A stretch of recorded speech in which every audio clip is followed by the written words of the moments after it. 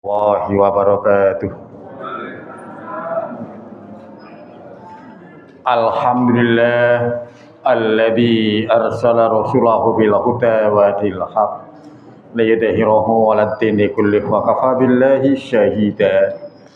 Asyhadu an la ilaha illallah wahdahu la syarikalah wa asyhadu anna Muhammadan abduhu wa rasuluhu la nabiyya ba'dah. Raditu billahi rabba wa bil islami dina wa bi Muhammadin nabiyya wa rasula. Allahumma inni as'aluka rizqan thayyiban wa ilman nafi'a wa amalan mutaqabbala. Bapak Ibu berjamaah salat maghrib Masjid Baitul Arqam yang dirahmati Allah. Mari kita bersama-sama tidak henti-hentinya untuk senantiasa berucap puja bersyukur kehadirat Allah Subhanahu wa taala karena sama dengan malam ini kita masih diberi kesempatan oleh Allah untuk bertemu muka, bermuajah, untuk bersama-sama kita menegakkan sholat di masjid yang insya Allah penuh dengan barokah dari Allah Subhanahu wa taala. Mudah-mudahan seluruh aktivitas kita selama ini, baik aktivitas yang terkait dengan ukhrawi ataupun duniawi, semuanya diterima dan mendapatkan ridho dari Allah Subhanahu wa taala. Sholawat dan salam mudah-mudahan tetap terlimpah pada junjungan Nabi besar Muhammad sallallahu alaihi wasallam yang telah membimbing umat manusia dari zaman gelap ke zaman yang terang. Dan mudah-mudahan kita yang hadir di masjid ini dan keluarga kita di rumah termasuk hamba-hamba yang senantiasa mendapatkan hidayah dari Allah Subhanahu wa taala agar kehidupan kita selamat dan bahagia dunia, selamat dan bahagia pula nanti kita di akhirat. Amin ya rabbal alamin. Bapak Ibu sekalian, yang akan kita bahas pada malam hari ini adalah kunci pembuka pintu rezeki. Menurut informasi Al-Quran dan Sunnah Rasulullah Muhammad SAW. Ini nanti diperhatikan baik-baik, sebab ini merupakan hal yang sangat berkaitan dengan kehidupan kita sehari-hari, ya, tentang rezeki. Bapak sekalian, rezeki itu kata dasarnya rozaqah, artinya anugerah, pemberian, karunia dari Allah. Karena sifatnya pemberian dari Allah, maka rezeki itu mesti halal. Ora ono rezeki haram, ora ono. Sebab pemberian dari Allah. Rozaqah.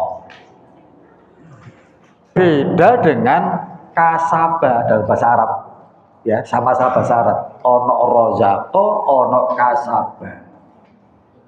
Apa kasaba? Kasaba itu hasil usaha. Jadi rezeki dengan hasil usaha itu beda. Kalau hasil usaha belum tentu kalau halal, ya, harus bisa membedakan itu. Itu dari segi bahasa yang pertama, ya. Yang kedua sekarang, rezeki itu baru sekalian, karena merupakan pemberian dari Allah, ada dua jalur, ya. Yang pertama, pemberian langsung dari Allah tanpa kita minta, tanpa kita berdoa, tanpa kita berusaha. Tapi karena Allah Maha Pemberi, kita diberi oleh Allah secara gratis, secara cuma-cuma, tanpa kita berdoa, tanpa kita memohon kepada Allah, rezeki diberikan oleh Allah.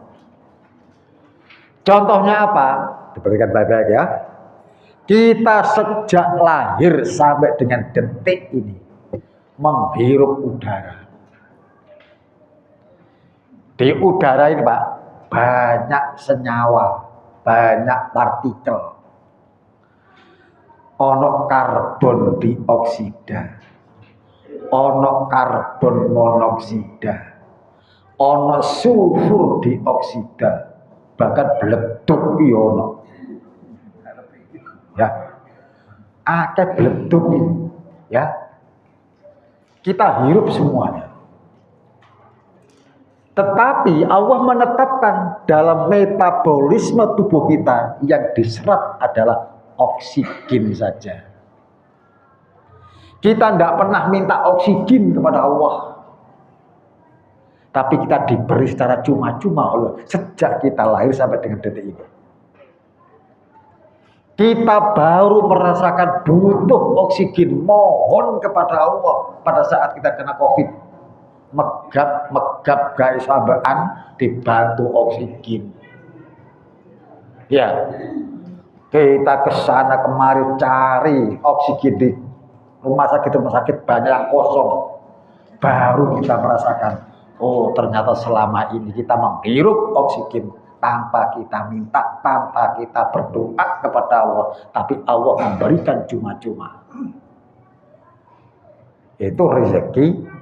Jadi oksigen itu rezeki, Pak. Pemberian dari Allah.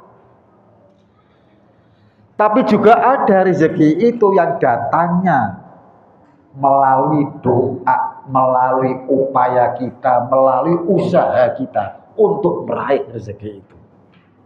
Nah, ini yang umum kayak gitu, ya. Tapi sekalian, maka kita bekerja itu kewajiban, dieling-eling. Kerja itu kewajiban, rezeki itu pemberian. Pekerjaan, Pak, bisa ditiru.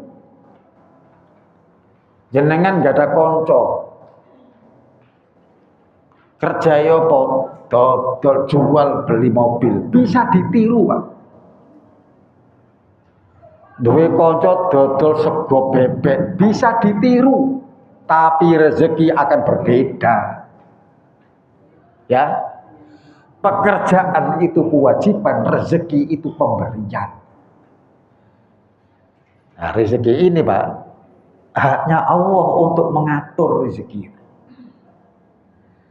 Malam ini akan kita bahas, karena rezeki itu merupakan haknya Allah memberi pada para makhluknya, para hambanya. Maka informasi yang harus kita dapatkan dari Al-Quran dan Sunnah Rasulullah SAW. 3. Rezeki itu bermacam-macam model, bermacam-macam bentuk, beragam bentuk rezeki. Tetangga yang baik itu rezeki, teman yang baik itu rezeki, istri yang solihah itu rezeki, suami yang solih juga rezeki, anak yang solihah juga rezeki. Ilmu adalah rezeki.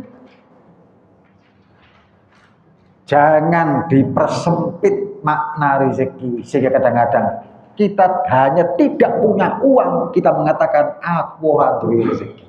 Perkara duit tok ngomong aku gak duwe rezeki. Padahal rezekinya banyak sekali.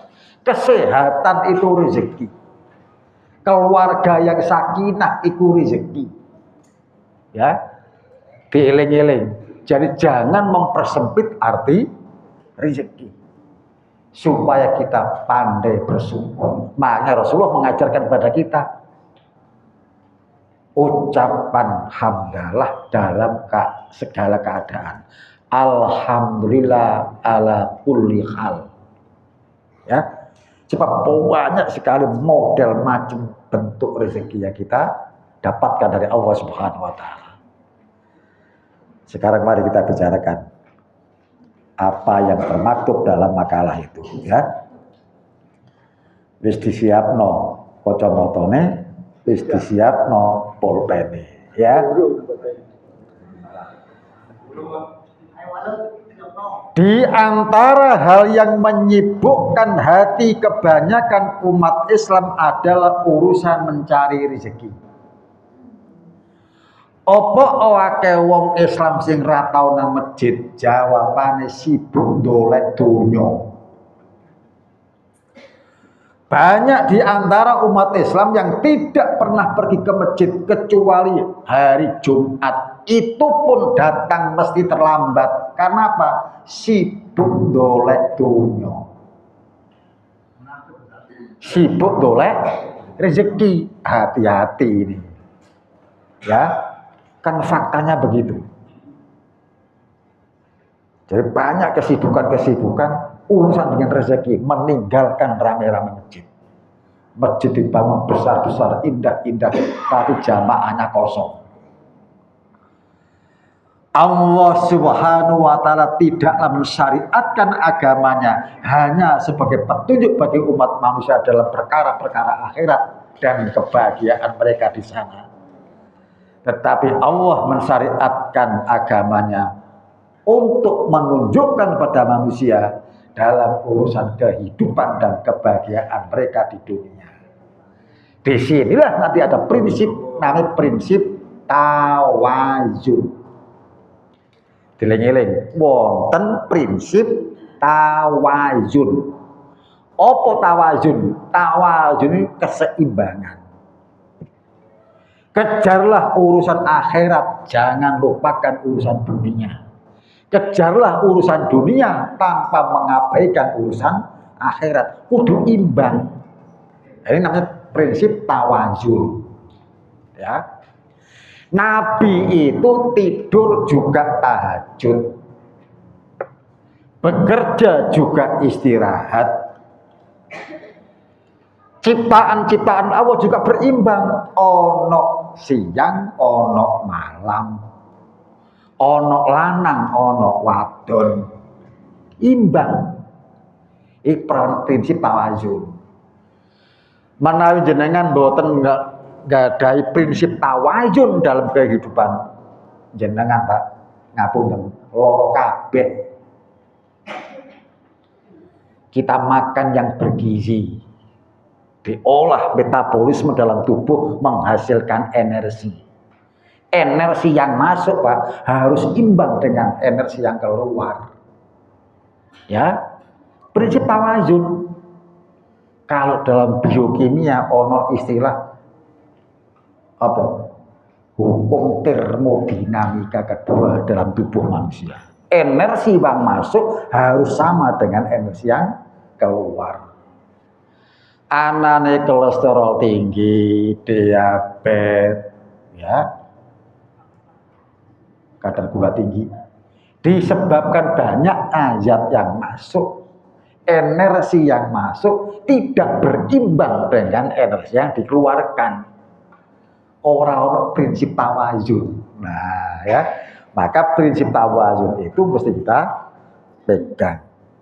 Makanya Allah Subhanahu wa Ta'ala lewat Rasulnya mengajarkan pada kita, Rabbana atina fid dunya hasanah wa fil akhirati hasanah. Imbang urusan dunia karo urusan akhirat itu imbang.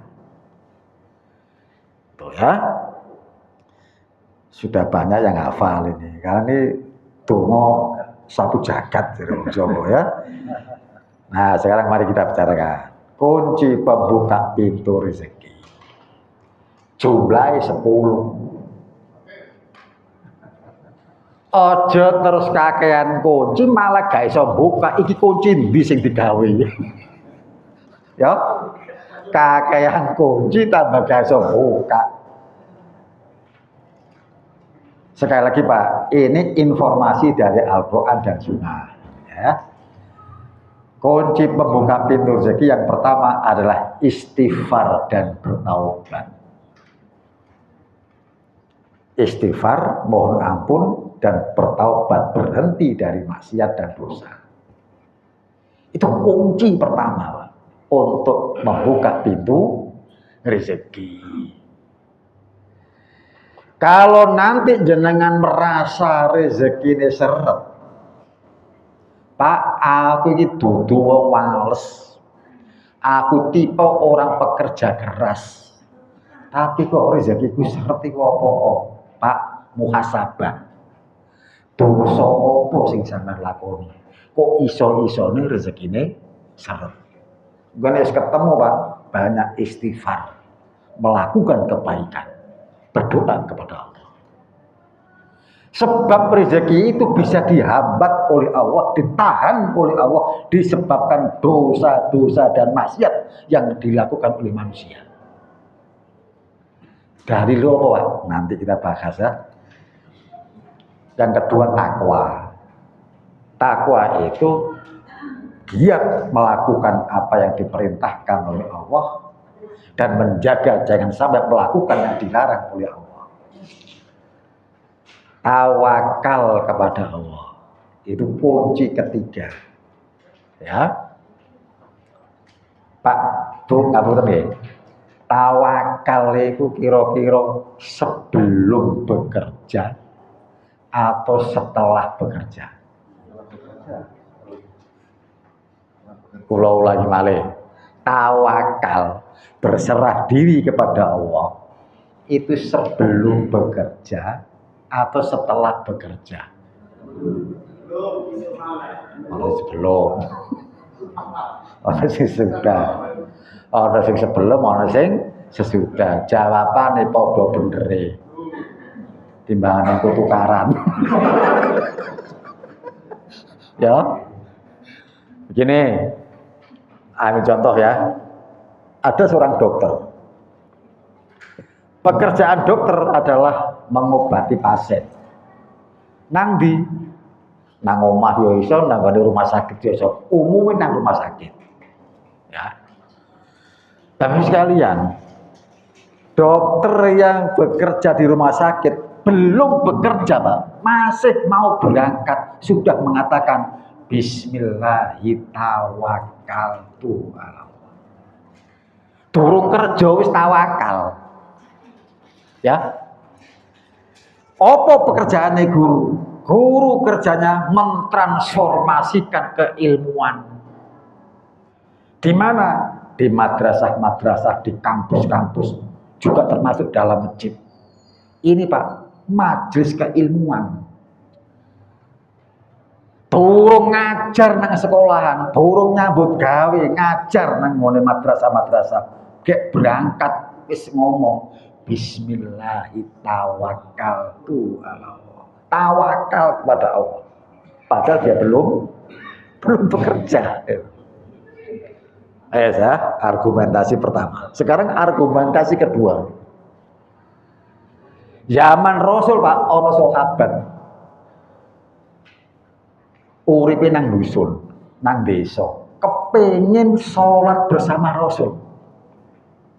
Maka dia pergi ke Madinah, naik onta, dipacu ontanya.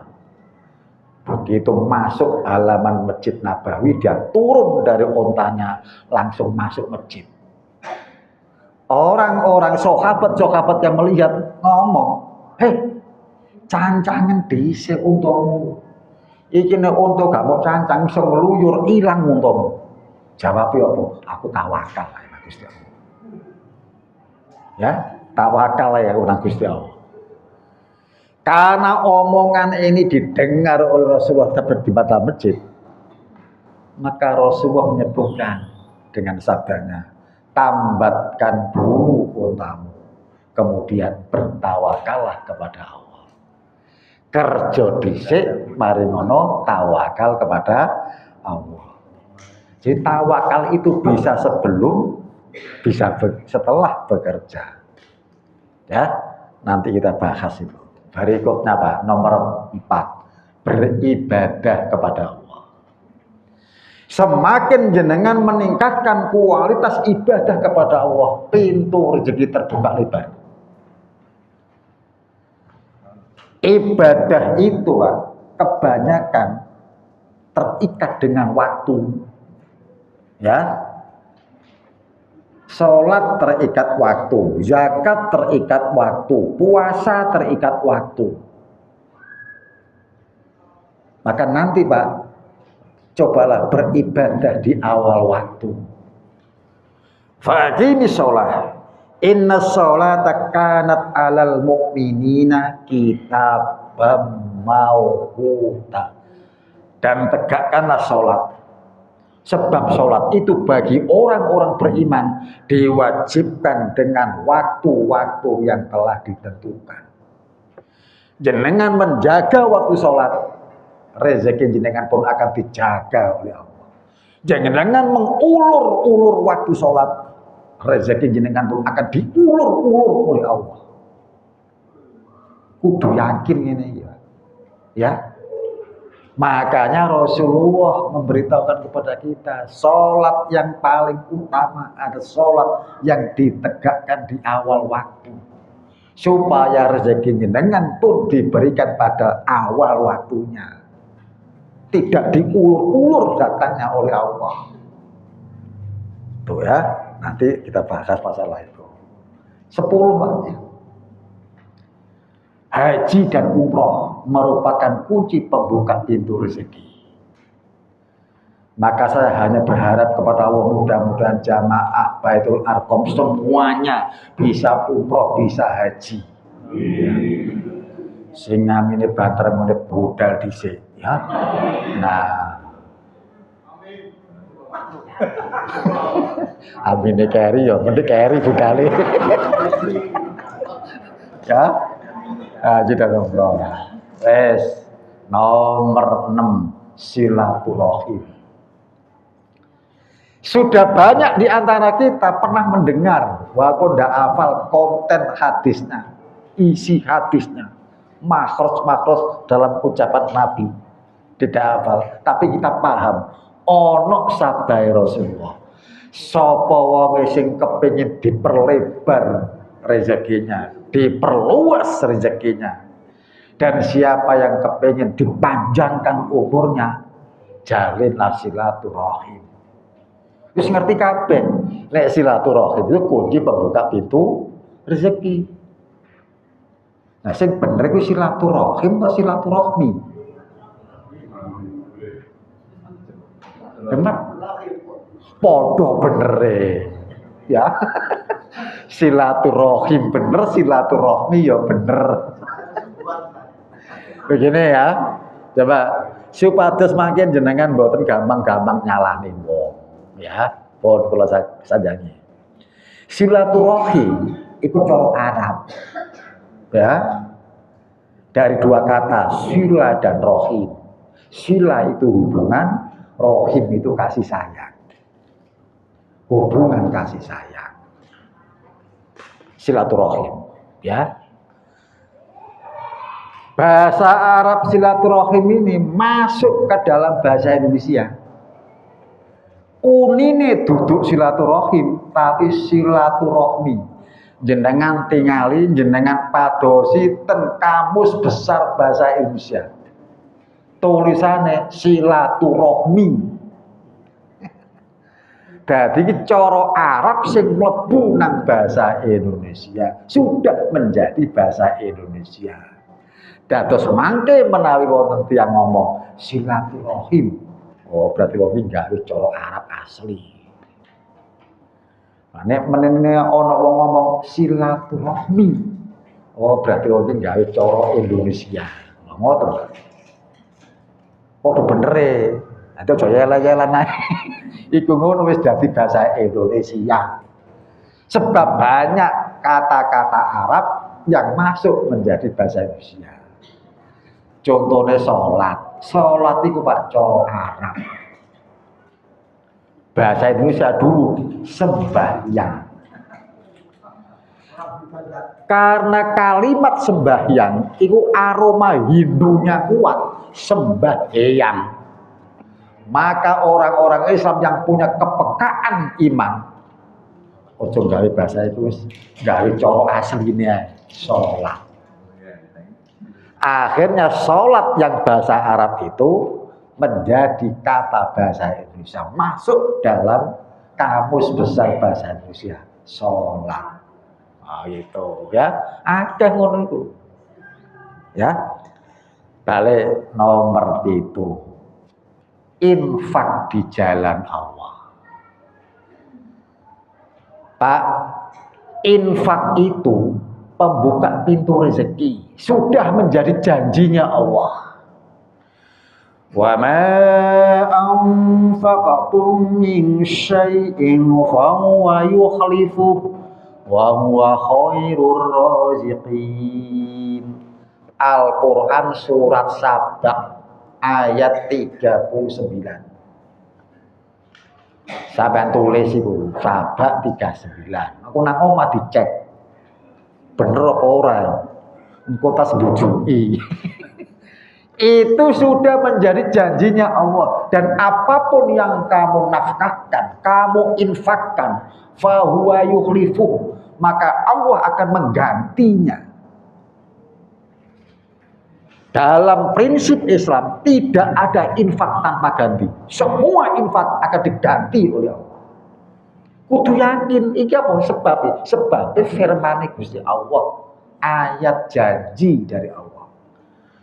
Wa huwa khairur raziqin, dan Dia Allah adalah maha baik dalam memberikan rezeki. Maka tingali Al-Qur'an surat Saba ayat 39. Nomor 8, berinfak kepada penuntut ilmu. Pak, ngapunten nggih. Majelis ini, Pak, majelis keilmuan. Cara Arab majelis taklim. Iki masjid keilmu ini adalah merupakan majelis keilmuan. Wes saiki takon, sapa sing tuku ngene iki? Sapa sing ngekeki ngombe-ngombe ini? Kadang-kadang ono jajane. Iki ketone gak ono jajane. Saknone rek. Iki berarti jamaah padha lesu. Kayak implok ngono ya. Pak, jadikan majelis ini sebagai ajang kita untuk berinfak. Nah, itu infaknya wong atau duit kas masjid. Ya, nanti berlomba-lomba lah untuk infak. Agar jamaah masjid menjadi lebih betah di masjid. Karena sudah masjidnya ber-AC, enak, seger. Ya. Ono ngombene, ono panganane. Saiki wae Pak, habis subuh jamaah sarapan. Di masjid-masjid banyak seperti itu sekarang. Ono kopi, ono susu, ono teh. Iki warung atau masjid. Ya. Nah, kalau kita menjadi orang yang mempunyai kelebihan harta kemudian berinfak kepada penuntut ilmu, nek cara keren saiki dadi wong sing berlomba-lomba menjadi orang yang memberi beasiswa pada anak-anak sekolah. Ora kabeh separone. Ora iso separuh seprapate. Infakkan harta jenengan pada penuntut ilmu. Sebab nanti Pak, begitu infak itu diterima oleh penuntut ilmu, dia punya ilmu, mengamalkan ilmunya, jenengan termasuk kategori orang yang mempunyai andil besar di situ. Jenengan invest di situ, ya, akan diganti oleh Allah Subhanahu wa taala. Berbuat baik kepada yang lemah, membela orang-orang yang dizalimi, termasuk ya. Nomor 10, hijrah di jalan Allah. Apa hijrah? Hijrah itu pindah. Ya. Dari bodoh menjadi berpengetahuan. Dari kikir menjadi dermawan. Dari musyrik menjadi bertauhid. Itu hijrah namanya. Tapi tidak menutup kemungkinan hijrah itu pindah tempat. Pindah rumah. Tempat tinggal, pindah dia. Rasulullah itu wong Mekah. Ya. Pindah nang kutha jenenge Yasrib. Mekah itu desa. Karakter wong Mekah tetap karakter desa sampai sekarang. Walaupun mungkin jangan gedungnya tinggi-tinggi, tapi karakter orang-orangnya tetap wong desa. Beda dengan Madinah. Madinah itu kota, Pak. Dari kata-kata Madaniyah, kota berperadaban. Mana mangke jenengan umroh utawi haji, dolek oleh-oleh aja tuku nang Mekah, Pak. Barang-barang kualitasnya iku lebih baik di Madinah daripada di Mekah. Bagus-bagus di Madinah. Sebab Madinah itu kota. Sementara Mekah itu desa. Dieling-eling nek tuku oleh-oleh tuku nang Madinah. Aja tuku nang Sasak. Ora oleh-oleh tuku nang Sasak wong dibojo. Ya. Nah, Bapak sekalian, pemuda-pemudi dari desa menyerbu kota, hijrah. Dolek apa, Pak? Dolek rezeki. Dolek ilmu, kuliah di kampus-kampus. Iku akeh sing teko desa. Hijrah dari desa menjadi ke kota. Dari masyarakat urban. Jadi hijrah itu, Pak, dolek rezeki. Juga tidak menutup kemungkinan wong-wong desa nyerbu kutha nyambut gawe dolek rezeki. Saya yakin Pak jenengan ini di sini nih banyak yang dari desa. Delok wajah-wajah ini wajah-wajah. Ya, wajah-wajah desa. Surabaya itu masyarakat urban, masyarakat pendatang, wong-wong hijrah. Hijrah itu ada termasuk kunci pembuka pintu rezeki. Nah, sekarang mari kita bicarakan pelan-pelan. Yang pertama masalah istighfar dan bertaubat. Nah, dalam makalah itu sudah ada, ya. Segi gak ono. Nah, sampean nggawa HP fotoun ngono ya. Nah, sekarang pertama, istighfar dan bertaubat. Rezeki itu bisa ditahan datangnya untuk kita disebabkan tertutup oleh dosa-dosa dan maksiat. Maka di antara sebab terpenting diturunkannya rezeki adalah istighfar, mohon ampun dan taubat kepada Allah atas segala dosa-dosa kita.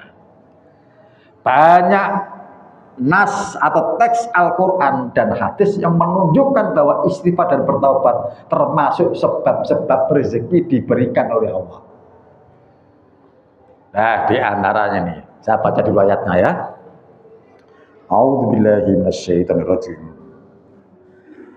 Faqultu astaghfiru rabbakum innahu kana ghaffara. Yursilis samaa 'alaikum midrara wa yumdidkum bi amwalin wa banin. Al-Qur'an surat Nuh ayat 10 sampai 12. Maka aku katakan kepada mereka, mohonlah ampun kepada Tuhan, banyak-banyaklah beristighfar, mohon ampun kepada Allah. Sesungguhnya Dia Allah Maha Pengampun atas segala dosa. Apa akibat istighfar itu? Yursilis sama alaikum mitro, maka Dia akan mengirimkan hujan kepadamu dengan lebat. Kasus pernah terjadi zaman Rasulullah. Kemarau panjang.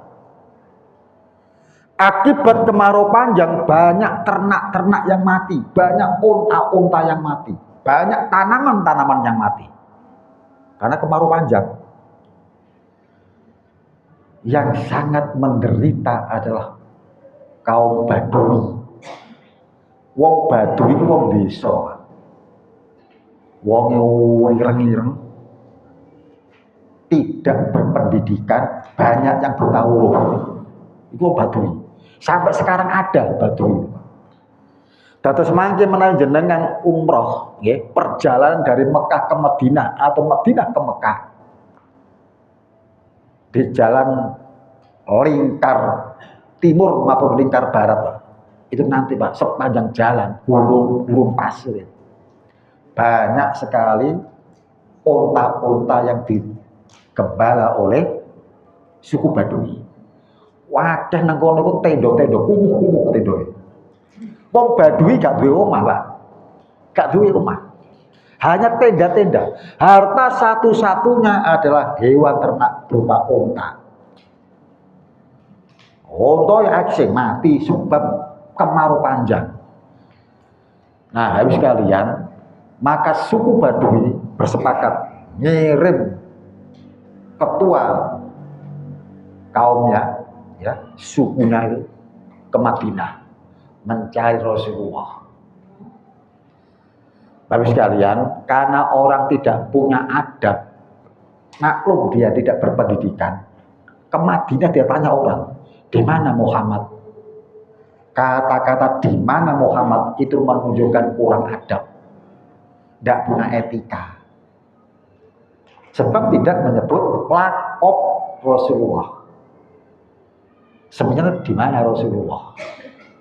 Di mana Nabi Muhammad? Gitu. Ini enggak dijabal jenengnya. Di mana Muhammad? Nah, orang yang ditanya Pak jawab, ini hari Jumat. Kalau hari Jumat Rasul khutbah di Masjid Nabawi, maka dia lekas-lekas bergegas menuju Masjid Nabawi. Melihat Rasulullah berdoa di atas mimbar, khutbah di atas mimbar, dia masuk masjid, berteriak-teriak, "Hai Muhammad," karena awal bodoh, ya, doalah kepada Tuhan supaya Tuhanmu sudi menurunkan hujan. Daerah kami terserang kemarau panjang, banyak ternak-ternak kami yang mati, banyak tanaman-tanaman yang mati. Berdoalah Muhammad kepada Tuhan. Pak, mendengar teriakan-teriakan ini, Pak, Umar bin Khattab naik pitam, berdiri mau diantemi wong ini. Wong iki kurang ajar, gak duwe sopan gitu. Maka di atas mimbar Rasulullah memberikan isyarat pada Umar agar duduk kembali. Tapi Rasulullah kemudian merespon permintaan orang Baduy. Rasulullah kemudian melepaskan kafayahnya. Ngerti kafayah? Kafayah itu udeng-udeng. Ya, namanya kafayah namanya. Ya. Pak, koyo di Ponorogo pakai udeng-udeng. Itu kafayah namanya. Tengkucik ditiro. Nah, itu pakai kafayah itu. Imam Bonjol pakai kafayah. Imam Syaukani pakai kopiah, ya, pakai kopiah. Nah, baru sekalian, wis tak praktek nih, sampean kudu iso, ya, kudu iso. Rasulullah melepas udeng-udeng kafayah, dilipat menjadi selendang, ya, dilipat seperti selendang, ditaruh di pundak sebelah kiri, ya. Nah, benar ya. Kemudian Rasulullah berdiri di atas mimbar tadi itu, mengangkat tangannya tinggi-tinggi. Allahumma aghithna. Allahumma aghithna. Allahumma aghithna. Itu maksudnya, ya Allah, tolonglah kami dengan turunnya hujan. Tolonglah kami dengan turunnya hujan. Ya. Nah, di depan mimbar tempat Rasulullah khutbah itu ada Ali bin Abi Thalib. Abi Thalib berkomentar, ketika Rasul mengangkat tangannya tinggi-tinggi untuk berdoa, kau lihat ketiaknya sangat putih. Dadi ana wong donga sing ditotok keleke. Gitu ya. Wah, gitu ya. Karena berdoanya tidak sekedar mengangkat tangan seperti ini. Tinggi-tinggi. Ya. Nah, Bapak sekalian, begitu dia menurunkan tangannya yang mulia, perhatikan baik-baik ya. Yang kiri dirubah menjadi kanan. Yang depan dirubah menjadi belakang. Ditaruhlah seperti ini. Nah, ya. Ini apa maksudnya? Maksudnya adalah, ya Allah, rubahlah musim kemarau menjadi musim penghujan. Ya, yang kiri ke kanan, yang depan ke belakang. Ya, nah seperti itu. Pak, ini ritual. Ya, ritual. Tapi ini Pak, dipraktekkan oleh Nabi di atas mimbar Jumat. Banyak orang melihat. Maka tugas takmir dari masjid Baitul Arqam ini Pak. Kalau nanti Surabaya terjadi musim kemarau yang panjang, pesanlah pada seorang khotib, Pak Khotib, nanti khutbah kedua Jumatan isi dengan doa istisqa supaya hujan. Bapak khotib yang ngomong, aku gak apal ya. Tapi kebalikannya Pak, kalau khotib itu cerdas, dia akan menyiapkan mungkin surbannya, mungkin sajadah, disiapkan. Menjelang doa dilipat seperti selendang. Ya. Tapi ini ritual Pak, ya, ritual. Angkat tangan tinggi-tinggi. Kemudian setelah selesai berdoa, dibalik seperti ini. Nah, ini karena apa? Di masjid. Ya, dan orang-orang tahu. Ada doa istisqa, ada sholat istisqa. Siji meneh. Sholat istisqa. Ritual seperti ini Pak, sudah jarang diamalkan orang. Sudah banyak umat Islam yang meninggalkan ritual doa istisqa. Kalau ada orang doa seperti ini Pak, maka akan dianggap aneh. Sunnah Nabi Pak, kalau sudah dianggap aneh oleh umatnya, itu pertanda kiamat telah dekat. Ya, hati-hati. Lah ngaji kalau ini Pak, gak tahu disampaikan. Karena orang Surabaya tidak pernah sholat istisqa, tidak pernah doa istisqa. Ini sangat berbahaya. Ya.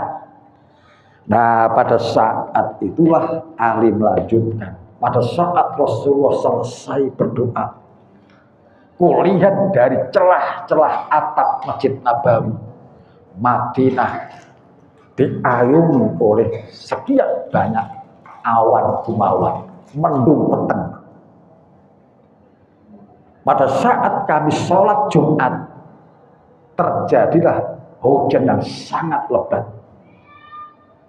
Sehingga pada saat Rasulullah mengakhiri sholat Jumat, aku lihat air hujan bening ada di dalam jenggotnya Rasulullah. Sebab Masjid Madinah bocor, ya, sampai Rasul ketetesan air hujan bening di atas jenggotnya. Nah itu ya, itu saat Jumat, ya, terjadi hujan. Jumat berikutnya Pak, orang Badui datang lagi Pak,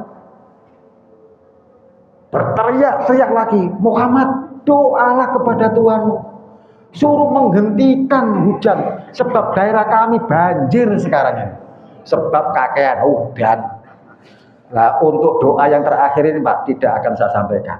Ojo-ojo sampean berarti pawang hujan. Iku ndongone Pak ya, memindah. Dan itu hadis dari Rasulullah. Nah, suatu saat lah nanti kita bahas ya. Berikutnya Pak, apa akibat banyak istighfar? Rasul dalam ayat ini menyebutkan wayum ditkum bi amwalin. Akibat istighfar itu Allah akan melipat gandakan harta-hartamu. Wah, kan? Ini Pak, yang banyak dicari orang kan harta. Akibat istighfar Allah akan membanyakkan, melipat gandakan harta. Allah akan mempermudah kalian dalam mengais, mencari rezeki. Wabanin dan anak-anak, ya, akan diberi anak yang solih. Ayat yang senada Pak, kita lanjutkan Pak ya, sebentar supaya nanti tidak putus tenang ini. Ayat lain ada firman Allah tentang seruan Nabi Hud kepada umatnya, pada kaumnya. diabadikan dalam Al-Quran surat Hud ayat 52. Redaksinya mirip. Wa ya qaumi istaghfiru rabbakum tsumma tubu ilaihi yursilis sama alaikum midrara. Nah, kan? Mirip redaksinya. Yursilis sama alaikum midrara wa yajidkum quwwatan ila quwwatikum.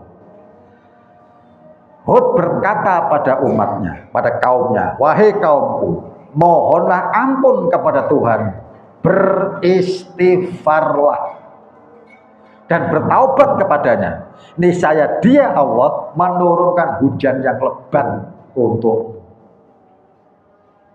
ya, sama dengan tadi. Dia Allah akan menambahkan kekuatan kepada kekuatan, bisa kekuatan ekonomi, bisa kekuatan fisik akibat istighfar. Ya, makanya Pak, banyak-banyaklah beristighfar. Ya, ini tadi Quran surat Hud, sekarang Quran surat tadi Quran surat Nuh, sekarang Quran surat Hud. Nah, Pak, ini karena waktunya kita persingkat. Sekarang sabda Rasulullah. Perhatikan baik-baik ya. Man aktsara minal istighfari ja'alallahu lahu min kulli hammin faraja wa min kulli dzikin makhraja wa razaqahu min haitsu la yahtasib. Pak, ini karena ngaji, Pak. Tak bukakan kitab aslinya, Pak, ya. Nah, ini Musnad Ahmad 2123. Ini, Pak, kitab Musnad Ahmad sudah saya buka ini, ya. Nomornya 2123, saya buka kitabnya. Nah, ini, Pak. Man aktsara minal istighfari jalallahu lahu min kulli hamin faraja wa min kulli dzikin makhraja wa razaqahu min haitsu la yahtasib. Saya akan mengajak jenengan melihat sanad hadis ini. Saya klik sanadnya, rubah warnanya. Thariqu riwayah, jalan periwayatan. Kita klik, Pak, hadis ini dhaif. Dhaif dalam sanad. Ya. Tapi mesti kita pahami bahwa hadis ini walaupun merah, tapi ada nama orang namanya Hakim. Hakim ini, Pak, pernah berbohong. Pernah berbohong. Tapi jenengan kedah semerap orang yang pernah bohong iku beda karo pembohong. Aku yakin wong kabeh sakmene iki tau bojoki bojone dhewe-dhewe. Ya. Kula yakin nih, tahu bojoki bojone dhewe-dhewe. Tapi kula yakin jenengan bukan tipe pembohong. Ya, jenengan boten tipe pembohong. Walaupun pernah berbohong. Lebih jelasnya, Pak, wong bujuk karo wong bujukan iku siji. Ya. Wong bujuk karo bujukan niku siji. Nek bujukan, Pak, pembohong. Ngomong sak ngomong ku bujuk. Nek sedina gak bujuk, Pak, lambene kaku. Batal kudu bujuk ae. Iku pembohong, ya. Jadi beda wong tau bujuk karo tukang bujuki iku siji. Nah, Hakim iku pernah berbohong. Karena pernah berbohong, maka imam-imam hadis sangat hati-hati. Sapa wong sing nggawa kabar teko Nabi kok tau bujuk, dilabeli, Pak, hadisnya hadis dhaif. Saking hati-hatinya para imam hadis. Tapi hadis ini, Pak, tidak mungkin dibuang dari kitab-kitab hadis. Sebab bukan hadis palsu, ya, bukan maudhu. Pertama itu. Kedua, Pak, sanadnya, Pak, nyambung sampai Nabi. Namanya marfu. Hadis ini marfu, Tegese sanate nyambung sampai Nabi. Walaupun sanatnya tadi ono jenenge hakim sing tau lucu. Nah, hadis ini Pak masih bisa kita jadikan pegangan. Ya. Perhatikan baik-baik. Sudah saya copy hadis ini, tak letakkan di sini, tak terjemahkan. Barang siapa memperbanyak istighfar, akeh istighfar, niscaya Allah akan menjadikan jalan keluar pada setiap kesulitan. Sampai nokene akeh sing duwe kesulitan, punya masalah, kadar masalah berbeda-beda. Ono sing masalah kecil, ono sing rada gede, ono masalah gede. Tapi wong urip pasti punya masalah. Akeh istighfar. Masalah sampean opo? Pak, masalahku itu Pak, repot nuturi anak. Sampean duwe kesulitan nuturi anak. Banyak-banyaklah beristighfar Pak. Banyak-banyak beristighfar supaya anak jenengan tidak terlalu nakal. Apa kok istighfar? Sebab anak itu gak adoh teko bapakane. Mungkin kelakuane bapakne biyen bedugak, saiki wis tuwa meneng. Biyen nom-nomane bedugak, ditiru anake saiki. Wis nang akeh-akeh istighfar. Pak, jenengan kok sulit ngatur nuturi bojo. Wis nang akeh istighfar, nek perlu istighfar ngarepe bojo. Astagfirullah. Ya, wong kok kaya ngene yo. Ya. Banyak-banyaklah beristighfar agar bojo jenengan apa? Ya, menjadi lebih baik. Itu Pak janjinya Rasul. Barang siapa memperbanyak istighfar, niscaya Allah menjadikan jalan keluar bagi setiap kesulitan. Bojo wangel tuturane. Kan kesulitan itu ya. Banyak-banyak istighfar. Dan kelapangan untuk setiap kesempitan. Nah ini Pak terakhir. Serta memberi rezeki dari arah yang tidak disangka-sangka. Wa razaqahu min haitsu la yahtasib. Kesimpulannya bahwa yang namanya istighfar itu bisa membuka pintu rezeki dari Allah. Ya. Terakhir pesan saya tentang hadis ini, Pak. Aja dadi wong sing senengane ngitung-ngitung rezekine wong liya. Dititeni. Janganlah kita menjadi orang yang pandai menghitung rezekinya orang. Karena apa? Loh, Allah memberi rezeki itu bighairi hisab. Wong ngekek Allah Subhanahu wa taala ngekek rezeki tanpa hitung-hitung. Dadak sampeyan sing hitung-hitung. Rezekine wong. Akhirnya sampean ora iso bersyukur. Makane hitung-hitungan rezekimu dhewe. Sing dikek Gusti Allah hitungan nang ngene awakmu dhewe. Aja ngitung rezekine wong. Lah ya Pak, nyambut gawe iki lho padha aku. Tapi kok sogit ngono. Duwe tuyul piye? Lho, akhire ngono ya. Akhire mesti suudon itu dosa. Ya. Aja sampai ngukur-ngukur rezekine wong. Ngitung-ngitung rezekine wong. Pak, kalau dijabarkan lebih lanjut sampai ono buku tulisannya Ustadz Nurholis Huda, rumput hijaunya rumput tetangga lebih hijau daripada rumput yang tumbuh di halaman rumah sendiri.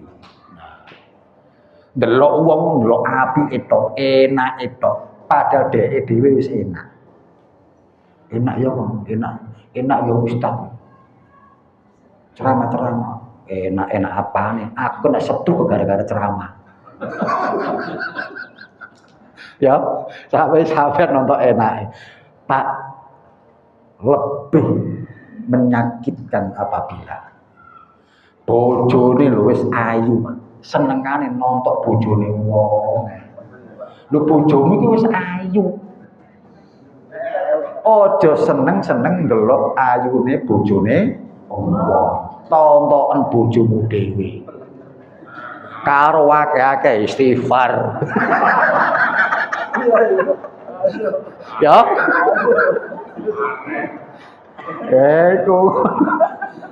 Jadi terlalu ya ini berarti nantinya lah diingat-ingat hati sini Pak tidak bertentangan dengan Al-Quran yang kita baca tadi, Quran surat Nuh maupun Quran surat Hud, bahwa orang yang beristighfar akan dipermudah rezekinya oleh Allah.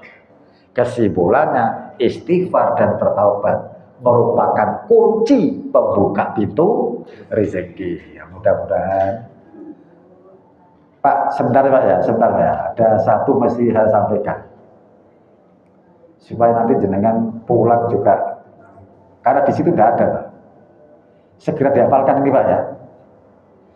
Doa-doa terkait rezeki. Nah, sing bawa HP di foto ya. Sebagai pengantar Pak ya, ini doa diucapkan oleh Nabi di dalam rumahnya di setiap malam. Ya, walaupun doa itu Pak tidak terikat dengan waktu, kapanpun boleh kita berdoa. Tapi untuk doa ini Rasulullah biasa berdoa ini di malam hari di dalam rumahnya. Menawi mangke jenengan tahajud ya. Tahajudnya 11 rakaat. 8 rakaat. 2 rakaat salam, 2 rakaat salam, nanti ada 3 rakaat ganjil itu witirnya. Nah, nanti 2 rakaat salam, Mbak. Sela-sela rakaat berikutnya baca doa ini. Allahumma firli dzanbi wa wasi'li fi dari wa barik li fi ma razaqtani. Dihafalkan. Ya, diamalkan sama-sama. Saya juga mengamalkan ini. Dibaca di malam hari di dalam rumahnya. Rabbi firli dzanbi, ya Allah, ampunilah seluruh dosa-dosaku. Wa wasi'li fi dari, wasi itu asmaul husna.